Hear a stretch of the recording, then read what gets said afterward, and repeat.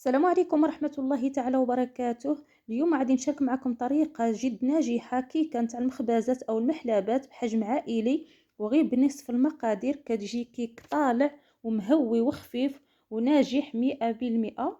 إلا عجبتكم الوصفة ما تنسونيش من اللايك، واللي ما مشتركش يشترك باش يبقى يوصلوا كل جديد.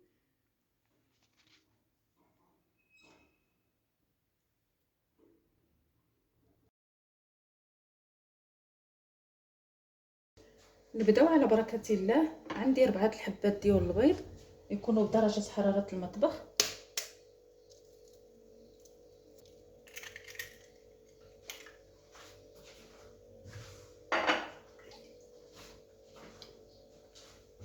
درت هنايا 4 الحبات ديال البيض.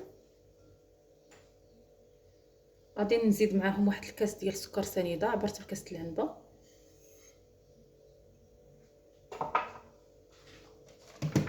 غادي نضرب هاد البيض وسنيده مزيان.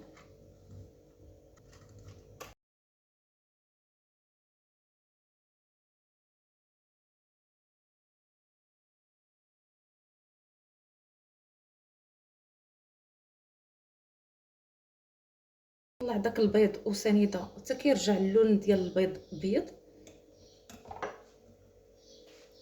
وعاد غادي نزيد 1 الكاس ديال الحليب عبرت بكاس العنبه، والحليب يكون شويه دافي الا كان في الثلاجه.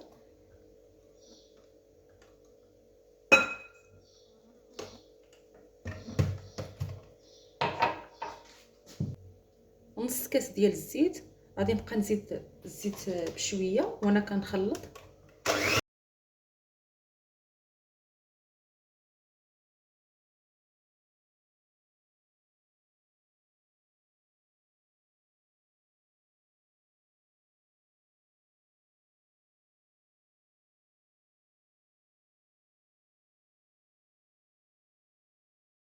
كنزيد دابا نص كاس ديال الكوك او جوز الهند، غير نص كاس.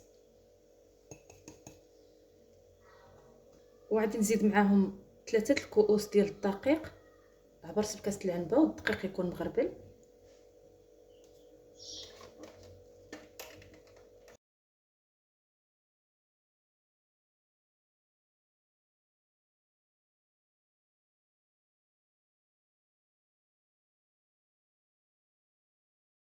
غادي نزيد 2 خميرات ديال الحلوه.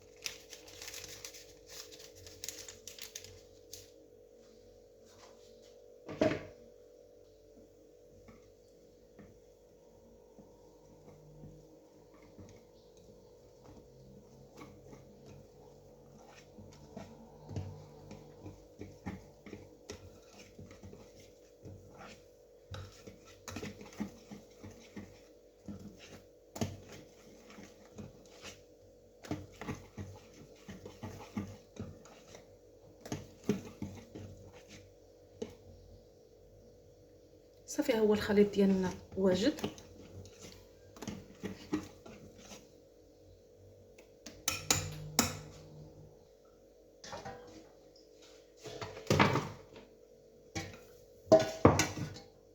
عندي هنايا المول دهنته بالزبده ورشيته بالدقيق.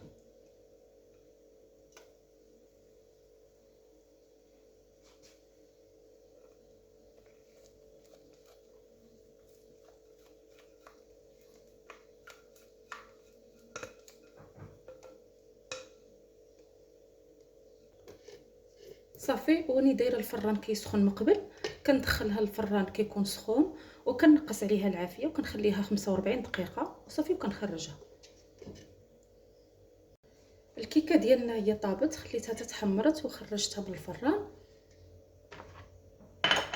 دابا غادي نقلبها في واحد الطبسيل.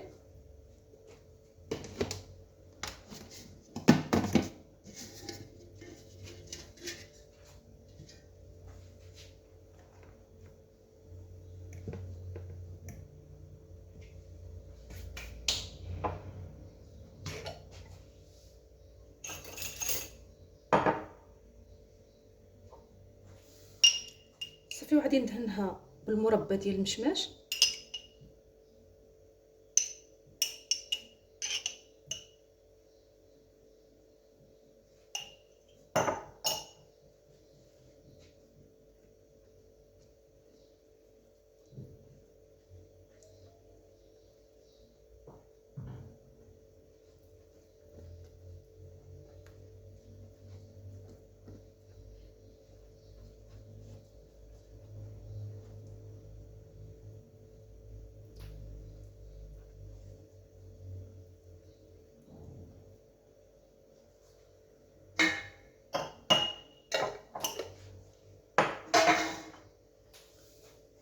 ونرشها بالكوك.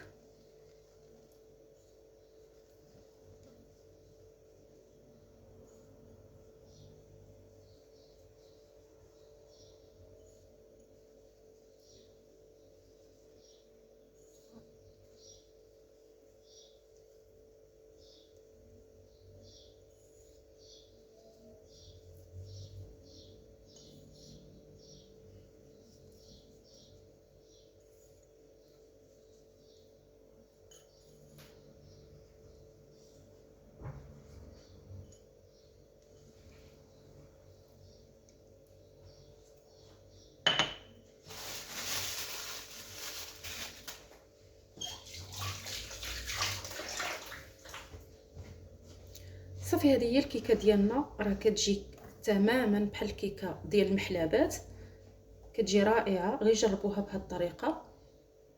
هذا هو الكيك ديالنا، زينته بشويه الكوكو المربى. راه كتجي تماما بحال الكيكه ديال المحلابات، كتجي رائعه والطريقه سهله وحتى المقادير بساط. الا عجبتكم ما تنساونيش من اللايك والبارطاج القناه. غادي نفتح معكم تشوفوا كي كتجي من الداخل، راها باقيه سخونه. غادي نفتح معكم تشوفوا كي كتجي من الداخل.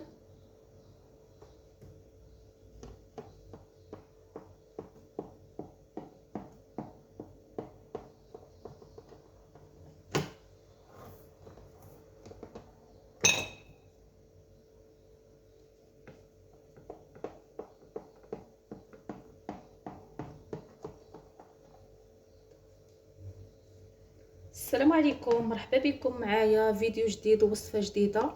اليوم غادي نشارك معكم كيكه ديال المحلابات، كتجي رائعه ومقادير بساط وحجم عائلي، كتجي تماما بحال الكيكه ديال المحلابات. غير تبعوا الطريقه وغادي تنجح معكم.